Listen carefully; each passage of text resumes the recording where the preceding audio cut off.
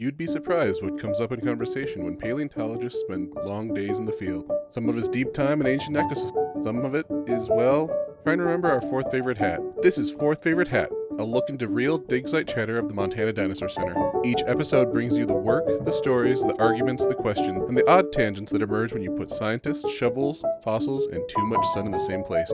And yes, every guest still has to answer the only question that really matters. What's your fourth favorite hat? Let's get started. Hello, everyone. My name is Andy, and my fourth favorite hat is my South Dakota Badlands dad cap. I'm Bret, and my fourth favorite hat is my Lake Champlain Lake Monsters baseball hat. I'm Bryce, and my fourth favorite hat is my wide-brimmed Denver Zoo hat. And today we're going to be joined by a guest who is... Hi, I'm Abby, and my fourth favorite hat is it's like a bucket hat with like a small mini brim almost, and it's all black, and it reminds me of crushed velvet, but I don't think it is, but it's very cute. Alrighty, and Abby is a old friend of mine. We met at our alma mater, Beloit College. I can't remember if we met first due to theater or due to biology courses. I think I just showed up in the dorm building you lived in.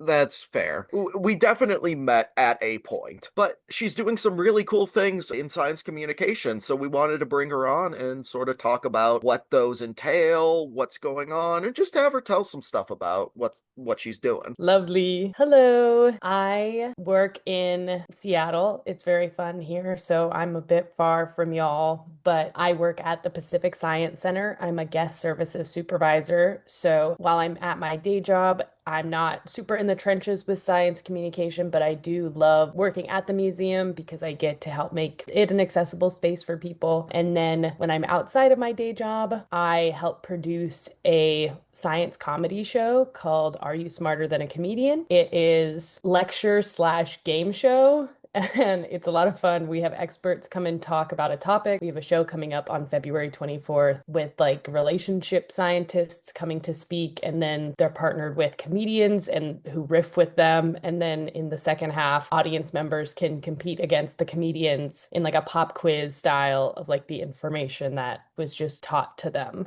Oh, so it's not like a trial of strength. No.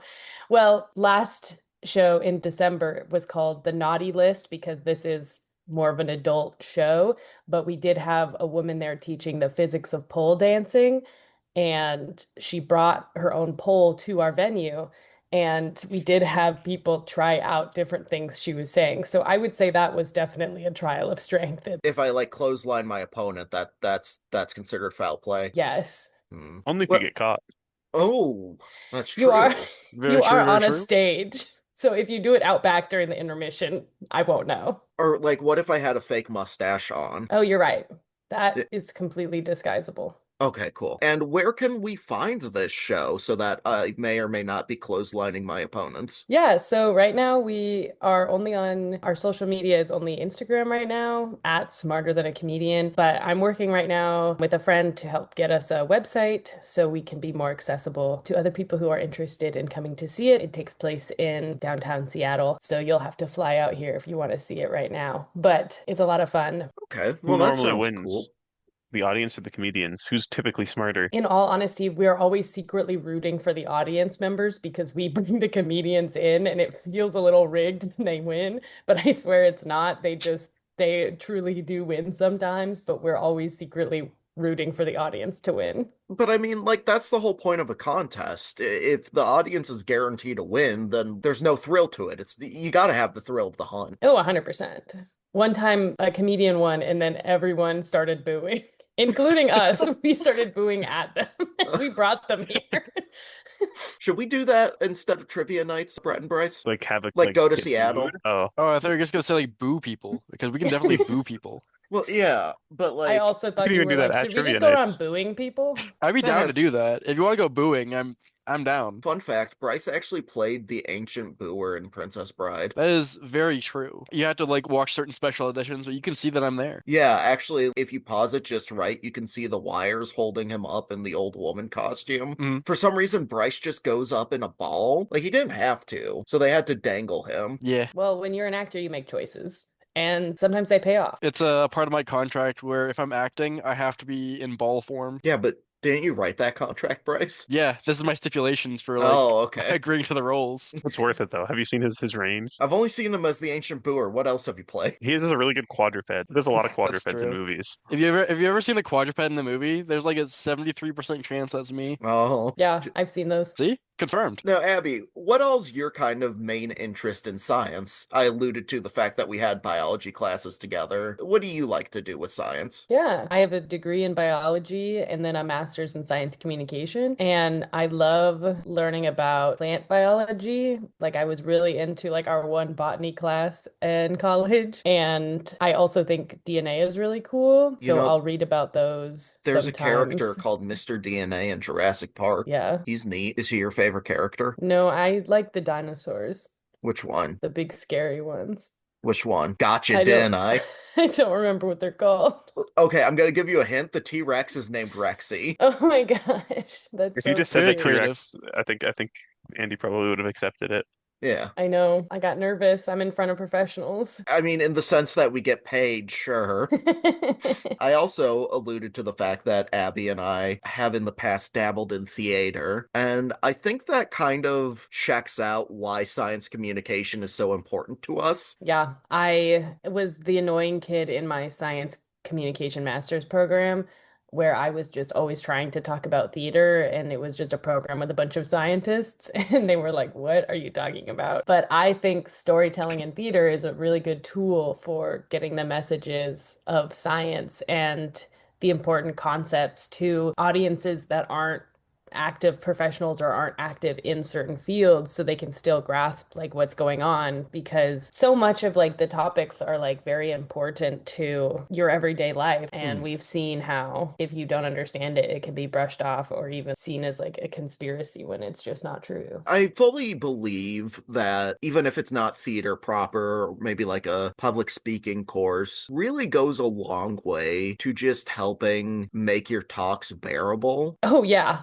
100%. Oh my Yeah. gosh. Something I really enjoy when we're able to bring newer researchers or people still in their degree programs to speak as experts at the comedy show, because it really gives them a chance to like kind of loosen up. I feel like a lot of times you can tell me it's just not been your experience, but I see scientists feel very stiff and want to like just tell you a bunch of scientific information, but it may not always translate if you aren't someone who understands that. But then if you're able to be in a space where you can like loosen up and like laugh with a comedian and still communicate the main idea, people are going to be more curious and want to explore more. Oh, 100%. You know, you can't avoid science jargon at a certain level, but if you then find a way to explain it in at the very least, casual way, but sometimes in a fun way, it goes a lot further. I mean, we've definitely all been to talks where it's like you can tell that they're just like basically reading off, like whatever paper they wrote. It's It like the could be most painful super, thing to listen to. yeah, it could be a super Super interesting topic, confusing. but it just is not coming across that way. Honestly, a great exercise I was taught, was a heckle resistance kind of exercise. Oh my God. Wait, can you give an example? I don't think I have heard one of those before. So this was in theater to avoid breaking, smiling when saying a funny line. We would do a very trial by fire way of just having your friends up in your face, shouting just whatever they could, trying to make you smile. And I'm not saying in a talk smiling bad, but having survived that, I truly feel like almost immune in a certain way to like some forms of stage fright. Yeah, I feel like some of the stage fright for scientists and experts comes from wanting to convey things that are important, but then not wanting to convey the point, but then other people aren't understanding, and that can be very stressful. But when you can even just break it down, it becomes less scary, because when people understand, they want to know more. And I feel like it's more scary when you're like, oh my gosh, it's not getting across. I genuinely feel like that's why the lads and people like to hear us ramble at the dig site, because we can talk about a complex topic, but we're also just kind of three goobers. Oh, 100%. When Andy invited me to come speak with you all, I didn't know you had so many episodes out, and I went and listened to some. And I was, like I said, I studied biology and then science communication. I was never really a paleontology or geology person, or at least deep in the trenches of it. And I was just so fascinated. I've been more fascinated than I ever was when I was listening to the show. So I was very excited. Wait, what does that mean when we were friends in college and I was getting my geology degree? Means you've gotten a lot better at talking. Jesus. We make Andy more palatable. I can't believe this. I also wanted on the record, I did not force her to listen to our podcast. No, he did not force me. That was my own volition. I wanted to know what I was getting into. And then she comes at me with a reference to one of the episodes, and I'm like, uh-oh. What was the reference? She called me out for having a name that doesn't start with a B, even though her name also starts with an A. Wait, when we're in this group, our acronym could be ABBA. We could be like, we could do a musical reference. Yes. All right, Bryce, start singing an ABBA song. I'm so bad at music, I can't remember any of them. That doesn't count. Dancing Queen. No, Okay, Abby, there you we go. actually want to do this. The tambourine, oh yeah. I don't know when I have to stop when copyright happens. I really can't imagine a copyright lawyer is patrolling for our web little podcast. That's Little how they did you get you. know. I will say, I did notice the spike in viewership the moment I sent it to Abby. Several of my coworkers enjoy a good educational podcast, or one of my good friends at work, Hannah, loves dinosaurs. So I went to work the next day and I said, Hannah, do you listen to podcasts? If so, this is the podcast for you. Shout out to Hannah. Bryce, say something about hadrosaurs. Hadrosaurs are pretty cool. Bryce, what's a tribe? A tribe? Well, that's going to be a subdivision of a subfamily. It's kind of just another fancy name for a clade. So a group of animals that are more related to each other than another also kind of related group of animals. That's for you, Hannah. Yeah. Andy, what's your favorite hadrosaur tribe? Is it Brachylophosaurine? Is that how you say it? Yeah, that's one of the ways. That one's fine, or just Brachylophosaurine. So it's either innie or eenie. Those are both fine. Oh, are you an innie or an outie?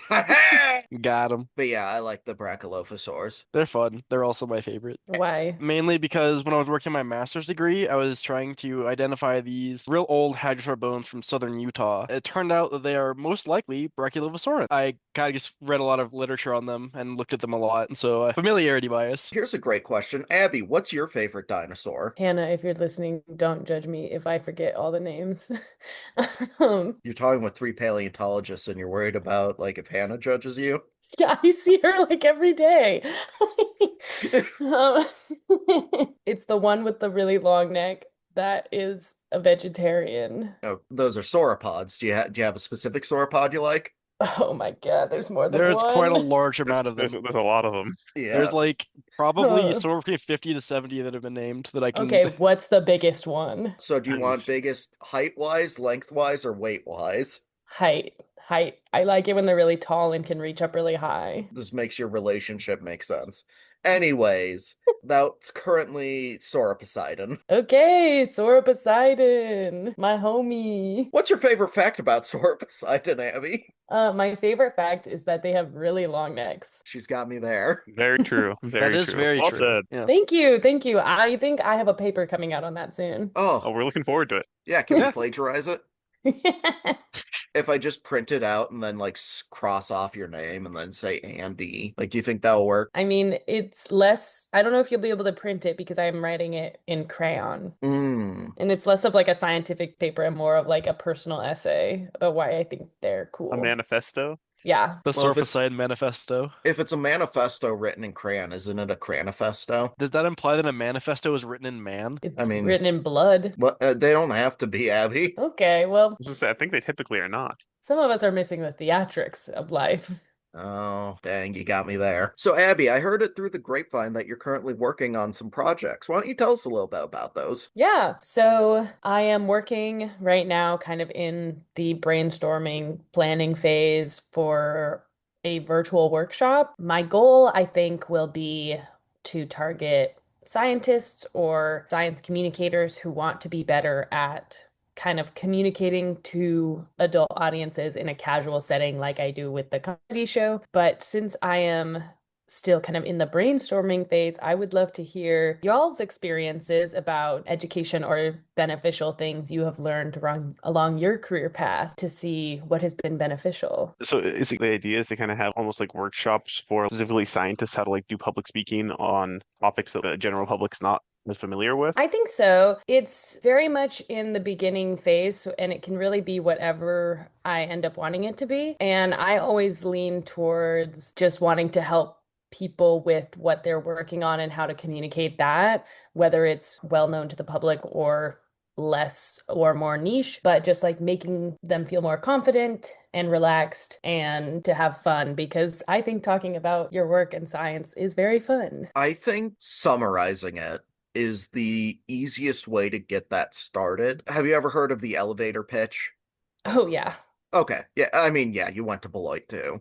So, But for listeners who might not know, the elevator pitch is the concept of you have to sell your work to somebody and you have as long as it takes for the elevator to get to the next floor. How do you say something meaningful in a short amount of time? And I genuinely feel a lot of people have not practiced an elevator pitch. I'm not using this to bash anyone, but I think figuring that out, how to summarize your work and simplify it, then allows you to sort of take it in further directions. Does that make sense? I agree completely. And something going off of that we talked about in my grad school program is how to do those elevator speeches for different audiences. So like you're going to give a different type of elevator speech, whether you're talking to a funder, a scientist in a different field, your niece, your grandma, and just like practicing those summaries in different formats.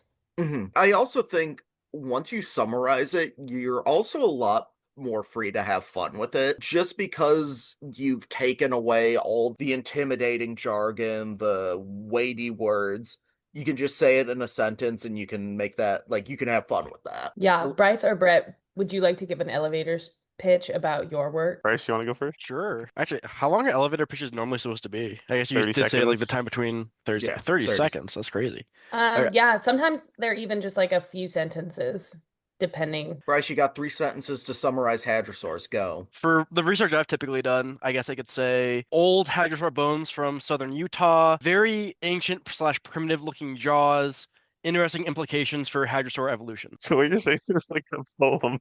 Yeah, I was gonna say, are you counting Haiku. syllables like a haiku? I was also thinking, I was like, oh, I need this on like a pillow, like a cross stitch. Oh no, when I go to 3 sentences, I default to haiku format. Yeah. It sounded like it. So, Bryce, imagine that was your elevator pitch, that's and we're pretty in the intriguing. elevator with you heckling you for it. I mean, hey, I'm intrigued by like the poetry of it, you know? Yeah, maybe I'll add a poetry element into my workshop.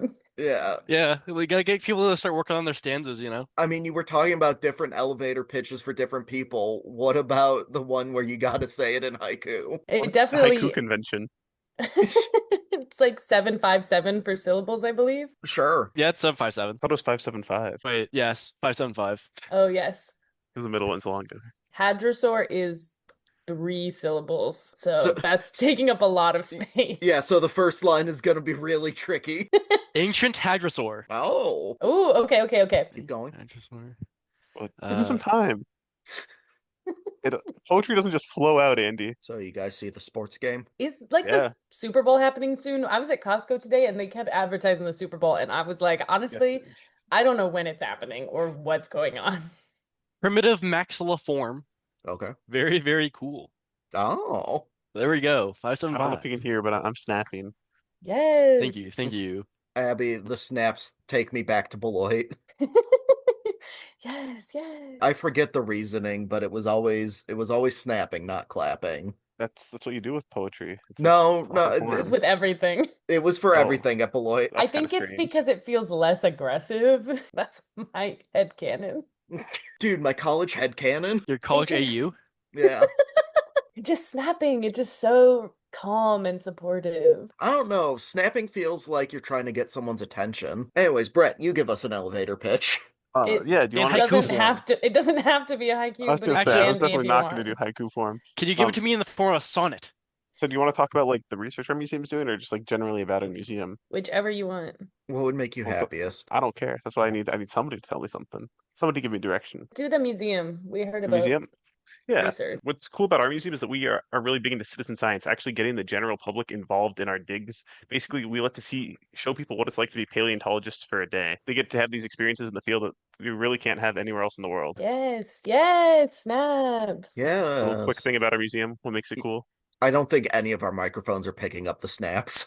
Oh, No. I'm so sad. That was a really great elevator pitch. So, Bryce, yours was lovely too, but just to point out something that Brett's had that yours didn't was that there was like a clear thing that Bret was pointing to. It was like, here's the museum, here's what we do, and here's the why. We want to get people involved in citizen science. Whereas we'd want to adjust your elevator pitch to say, like, okay, here's the research I'm working on. Why is it important? Why does the person you are telling need to know that? But I will say Bryce was an iambic pentameter and mine wasn't, so That's very true. So it kind of levels out in points at the I end. just realized a quick hack for elevator pitches. If you're running out of time, just jam the elevator. Yeah, just like hit that emergency stop button, hold them Yeah. captive. That's like how I have gotten funding every time. Yeah. start jumping up and down till it like has an emergency stop. You see a rich person in the elevator with you and you just donkey kick the emergency stop while not breaking eye contact. Yeah, that tends to get them very intrigued into what you are about to say because they are sometimes scared, but they leave it feeling very happy that they were not harmed. Yeah, it's a power play. Yeah. Do you think you've gotten some good feedback and ideas on how to run this now? Oh, yes. This was lovely. I also think you should add a trial by fire version. Oh, of course. And not necessarily in a literal sense. Oh my gosh, Oh. really? I was thought- starting to think of like how can I get people to light fires in a virtual workshop? I Yeah. mean, Personally, I thought you were gonna have people give their elevator pitch while going over some hot coals. Well, they only have 30 seconds to give the pitch before the fire consumes them. And if it's good enough, then the fire is staved off. But if it's bad, but like sort of that heckle training that I was talking about, if you can do something under a very unideal situation, suddenly normal stuff is easy peasy. Yeah, it's very true. I feel very confident in my public speaking since becoming a guest services supervisor because while I love my job so much, when the most I'm interacting with the public is when they are having problems and they are upset. Mhm. Oh, yeah. So I'm always happy to solve them. But when that is my baseline for interacting with people, when people are happy, I'm just having a great time. It's like how Goku trains with weight and clothes. That one's for Bryce. True, it's exactly like that. And then he gets better when he takes off the clothes, just like with customer service. Just like with customer service.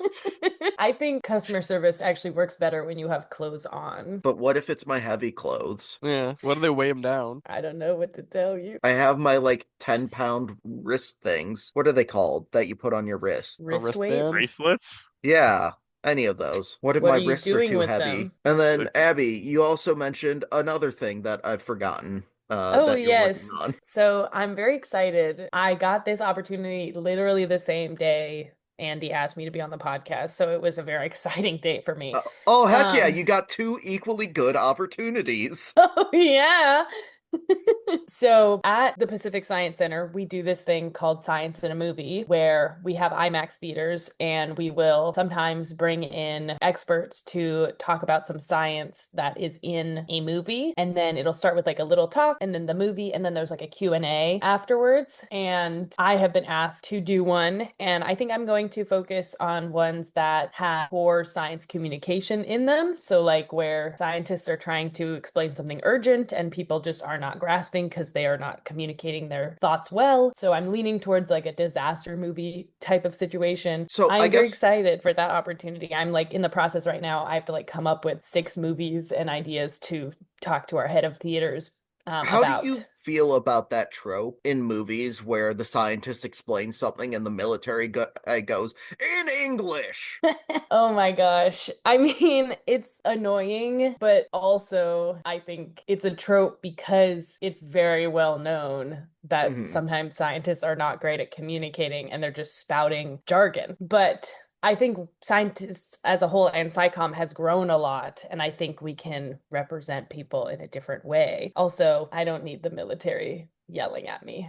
Are you taking suggestions for movies to watch? Absolutely. Right now I'm in the movie watching homework phase, so I would Genuinely, The Core. Okay. Not What's a. that about? Oh, you've never seen The Core, Brett? This I is mean, I like might have. this is a Brett movie. If it's a bad movie, there's like a good shot I've seen it. Yes, that's Problem what. is, I've seen so many of them. Okay, so the premise is that the Earth's rotation stops, and they have to send a team down to the center of the Earth to set off nukes to restart it. And the reason it stopped is because America, spoiler for anybody who cares, the reason it stopped is because America made a secret earthquake gun to send earthquakes to China. I have not seen this movie. It's super geologically inaccurate.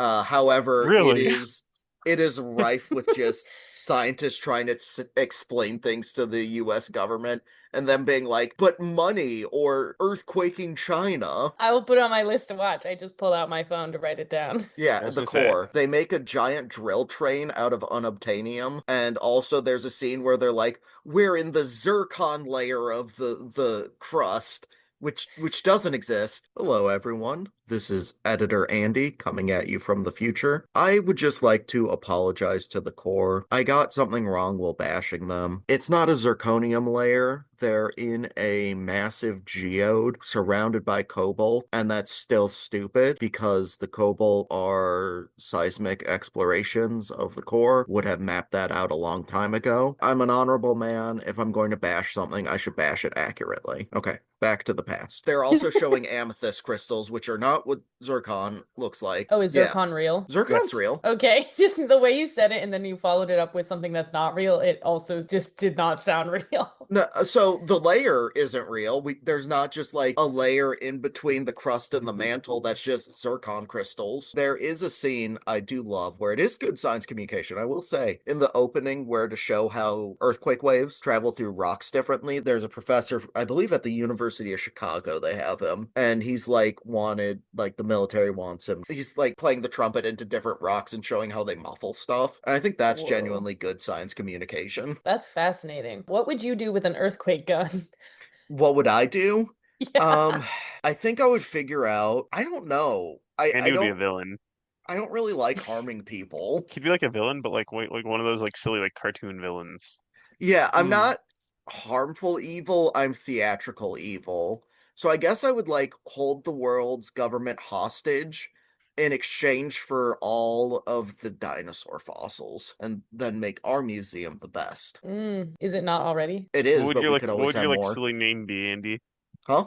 What would your like silly like comic book villain name be when you're doing that? Okay, well, the Invincible comics already have stock seismic, so I can't just steal that, even though it's Master really good. degree seismic.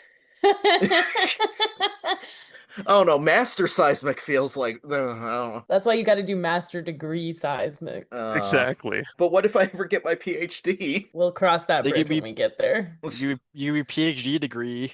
Wait, duh. I have the PhD earthquake seismic. gun. That's what I'd write my PhD on, making an earthquake gun. Yes, yes. If you want to be really spicy, we can call yourself Doctor Doom. I'm sure nobody's taken that name. I love how Doctor Doom's origin story is somehow he got like grant funding in his PhD program to make a machine with the intent of opening a portal to hell to save his mother, but then it explodes and sends him to Tibet. And it's like, dog, I can't even get funding to look at my bones. How did he get funding for a hell machine? I mean, that sounds kind of Good cool, science right? Like, communication. imagine, Oh, Yeah, he's Imagine probably all he's the, probably he's probably uses. mastered the elevator pitch. mm, yeah, he goes up to a funder and is like, I saw my mother get dragged to a different dimension when I was a child. No, you see, he doesn't say that. That would not get him funding. That Oh, would get him. This is why you're not getting funding, and he is, Andy. Because I open all my pitches talking about the different dimension dragging. Exactly. Anyways, comics are great. Yeah. Honestly, I feel like superhero movies would be a safe bet too for that sort of stuff. Like the Yeah. first Iron Man, you could use that. Yeah, last night I watched 2 movies in my research. I watched Don't Look Up, which I really like, Mhm. and I also watched the hit classic Flubber. All right, we're really aiming for the moon here. Okay, did you watch the original or the Robin Williams version? The Robin Williams version. All right, good. There's another version. Yeah, flubber is a one-off invention. I think it's in the original Nutty Professor. It's just I kind of think it there. is. But then somebody was like, what if we made a whole movie about it and also made it shake its butt in the camera a lot? Oh my God, it does that so much. Because originally it was just like a putty that makes things bouncy. Somebody saw that and they're like, but it doesn't shake its butt. It's like literally like half the time it's like just Robin Williams using it as like a bouncy putty, and then the other half it's like a sentient glob being doing like the salsa. Which, to be fair, if I was a sentient glob being, I think I'd do that too. I just kept thinking the whole time, I'm like, are those little bits that Robin Williams is using to make things bouncy, are those also sentient? Do those yearn to dance? Does flubber have sensation of touch? I know that it didn't like light. It didn't like light, so it's photosensitive. Yeah. I think you're well armed for the movies now. But Yeah. also, I gotta relate, I do love anytime I get to watch a movie and call it research. Yes. 'Cause- Yes. And people will like kind of laugh about it, but like at the museum, a big part is citizen science, science communication. So we kind of have to watch the dinosaur movies that come out because that's what's interesting people in paleo. We got have so many questions about the new Jurassic Park movie this year. Yes, we super did, so we had Yeah. to see it. What were your favorite questions that people asked? Man, I mean, there's a lot of them. One kid asked us if Skylosaurus was like Bowser. So Golosaurus is the Is ankylosaurid from an the Two ankylosaurid Medicine in our formation. formation. And Yeah, he was like, is that like the Bowser of your formation? And I was like, yeah, kinda like Bowser. one of y'all got asked why you're even bothering talking about the old Jurassic Park movies when the Yeah, new one came out. Yeah, That like, was also Bret. This kid. I mean, I think Andy was there too. I was not. Maybe I was with Dustin. We were there, and the kid who was like maybe like 5 was like, "Why are you talking about the old Jurassic Park movie? We want to hear about the new one that just came out." It was so funny, and he was like, "No one even cares about the old one anymore. Like the new one is like the best, most popular one ever." And it's like, all right, like, you have any questions about it? And he was like, "No, I just want to talk. I just want to hear people talk about it." It's like, okay, The answer to most questions regarding that one was no, yeah. A lot of Yeah. people are like, how realistic is it? Stuff like that. and the answer was no. Yeah, not very. But like at the same time, as silly as it sounds, we kind of do have to watch these to keep up with it. No, Yeah, for sure. because There's it's how definitely, people are being exposed to the material, even if that helps get them curious, which is like an amazing part. Oh, of It's course. like it's like what's their introductory line is. There was one time we did get asked what we thought about the Adam Driver movie 65 after having just watched it, which we were not expecting. That one's that real one's bad. not a good movie. I'd give it a pass. Okay, okay. It's like not even like entertaining in a fun way. It's just Yeah. and the science is bad, you know? It's just Yeah. it's a boring movie and it's not good. Like bad That's science. the real shame of it. And we covered this in our paleo movies episode earlier. I think the consensus with us is we can excuse a lot so long as the movie's good. Yeah. But if it's boring and the science is bad, then I'm not holding any punches. Yeah, Yeah. 100% agree. I agree with that. Yeah. Well, Abby, thank you so much for coming on to our podcast and sharing with us the work you're doing. And it was just great to talk one science communicator to another. Is there anything else you'd like to say before we sign off? Just thank you so much for having me. I love talking about science communication. It's one of my favorite parts of my work because from transitioning more from hard science work to science communication, because I get to use more of these creative elements and get to stretch my creative muscles and still get to interact with people and engage with science. And it makes my life very fun and full. And if people want to hear more from you or see your work, where can they find you? Yeah, absolutely. So for the comedy show, you can follow us on Instagram at Smarter Than a Comedian. You can also find me online. I have a website that I need to update, but it's abigailbender.com. And then I'm sure you can find me online through that, but lots of fun things happening. And then if you're in the Seattle area, definitely check out the Pacific Science Center. I'm there like almost every day we're open and I love it. Nice. Again, thank you so much for coming. And for listeners, I've been Andy, I'm Bret. I will be Bryce. I have been Abby. and have a great day. That's one conversation down, and there's millions more waiting for us out in the ancient dirt. If you want to join the crew on their next auditory adventure, subscribe to the Fourth Favorite Hat, the Montana Dinosaur Center podcast, available wherever podcasts are distributed. You can follow the museum on social media at TM Dinosaur Center, visit tmdinosaurcenter.org, or swing by the museum in Bynum, about 80 minutes north of Great Falls on Highway 89. Thanks for listening.